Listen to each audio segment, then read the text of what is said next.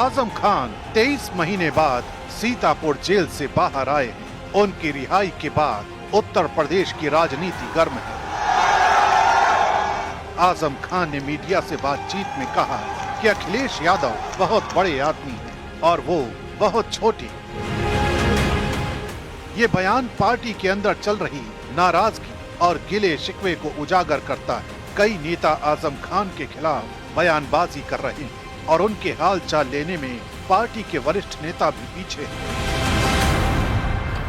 बहुत शुक्रिया उनका, जाहिर है वो बड़ी पार्टी के बड़े नेता हैं। मेरे जैसे छोटे आदमी के लिए अगर कुछ बात कहेंगे तो उनका बड़कपन है। 27 में सरकार बनेगी समाजवादी पार्टी, आपको लगता है? मैं कोई भविष्यवाणी तो कर नहीं। अखिलेश यादव बार बार पीडीए का हवाला देकर 2027 विधानसभा चुनाव में सत्ता में आने की बात कहते हैं।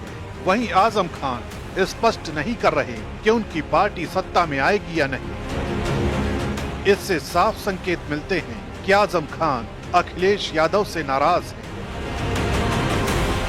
अखिलेश यादव 8 अक्टूबर को रामपुर जाकर आजम खान से मिलने वाले हैं, लेकिन सवाल ये है कि क्या ये मुलाकात नाराजगी कम कर पाएगी? देखिए, वही जाहिर है, उसी का दुख मेरे दिल में है कि मुझे बगैर खता के सजा दी गई। तो जाहिर है मैं भी इंसान हूँ, कोई फरिश्ता तो हूँ, तो मेरे दिल पे भी इस बात का असर है और इस बात का गिला भी है। मेरी कहाँ ये हैसियत है, मैं अपने यहाँ टिकट नहीं दिलवा सका, उनका कैसे कटवा सकता? आप उन्हें बुला रहे हैं मिलने के लिए? नहीं, वो हमारे लीडर हैं, हमारे बड़े। आजम खान की जेल से रिहाई के बाद किसी बड़े पार्टी नेता ने उन्हें रिसीव नहीं किया। रामपुर लोकसभा के समाजवादी सांसद भी उनसे नहीं मिले। हालांकि बिलारी के विधायक मोहम्मद फहीम आजम खान से मिलने गए थे।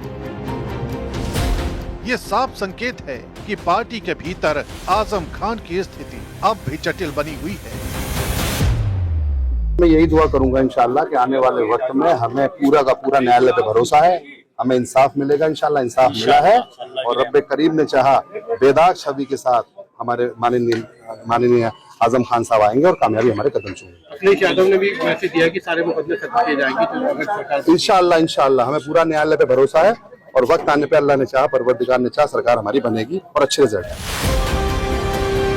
अखिलेश यादव ने कहा कि 2027 विधानसभा चुनाव में सत्ता में आने के बाद आजम खान के खिलाफ जितने भी मुकदमे हैं सभी वापस लिए जाएंगे। लेकिन आजम खान का कहना है कि इसकी जरूरत नहीं पड़ेगी। पार्टी में चल रहे खिंचाव और बयानबाजी से साफ है कि वरिष्ठ नेताओं और फाउंडर मेंबर के बीच दूरी अभी भी बनी हुई है।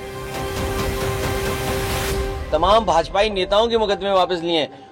समाजवादी सरकार बनने पर जितने भी झूठे मुकदमे लगे हैं आदरणीय मोहम्मद आजम खान साहब पर, वो सब वापस लेने का काम सरकार में होगा। अखिलेश जी और आप देखेंगे एक दिन वापस ले लूंगा, बिल्कुल बेदाग, शायद उसकी जरूरत पेश नहीं आएगी।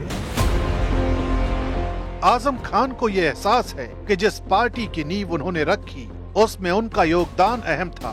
आज वही पार्टी के नेता उनके खिलाफ बयान दे रहे हैं। आला कमान को उनके हाल की कोई सुध नहीं। इस बीच बीजेपी के नेता आजम खान की इस दुखती रग पर चुटकी ले रहे हैं और इसे राजनीतिक विवाद के रूप में दिखा रहे हैं। उनका जो वजूद है, वो जो उनका सियासी वजूद है, वो जो है वो समाजवादी वसूल के साथ जुड़ा हुआ है। अगर किसी का सियासी वजूद समाजवादी वसूल के साथ जुड़ा हो तो मुश्किल है उस वसूल और वजूद के बीच में टकराव होना। लेकिन आजकल तो कुछ भी हो सकता है, इसलिए उस पर मैं कोई टिप्पणी नहीं करूंगा। लेकिन मेरी तो शुभकामनाएं हैं कि वो सियासत की बात छोड़े, अभी सेहत की अपनी चिंता करें। मुख्यमंत्री अखिलेश यादव जी के रहते हुए वो अपने आप को सुपर मुख्यमंत्री मानते थे, तो जाहिर सी बात है आज अखिलेश यादव उनके दुख में शामिल नहीं हो रहे। इस बात की पीड़ा आज आजम खान के मन मस्तिष्क से झलकती हुई दिखाई पड़ रही है। लेकिन आजम खान ने सत्ता के रसूख में गरीबों को सताने का काम किया, घपले घोटाले भ्रष्टाचार करने का काम किया, उसका खामियाजा उनको भुगतना पड़ रहा है। 8 अक्टूबर को होने वाली मुलाकात के बाद ये देखना होगा कि आजम खान और अखिलेश यादव के गिले शिकवे खत्म होते हैं या दूरियां और बढ़ती हैं। ये मुलाकात सिर्फ व्यक्तिगत नहीं, पार्टी की राजनीतिक दिशा के लिए भी महत्वपूर्ण है। राजनीतिक गलियारों में इस मुलाकात को लेकर लगातार चर्चाएं हो रही हैं। पार्टी के अंदर चल रही नाराजगी, बयानबाजी और विरोधी नेताओं की प्रतिक्रिया इस मुलाकात को और अहम बना देती है।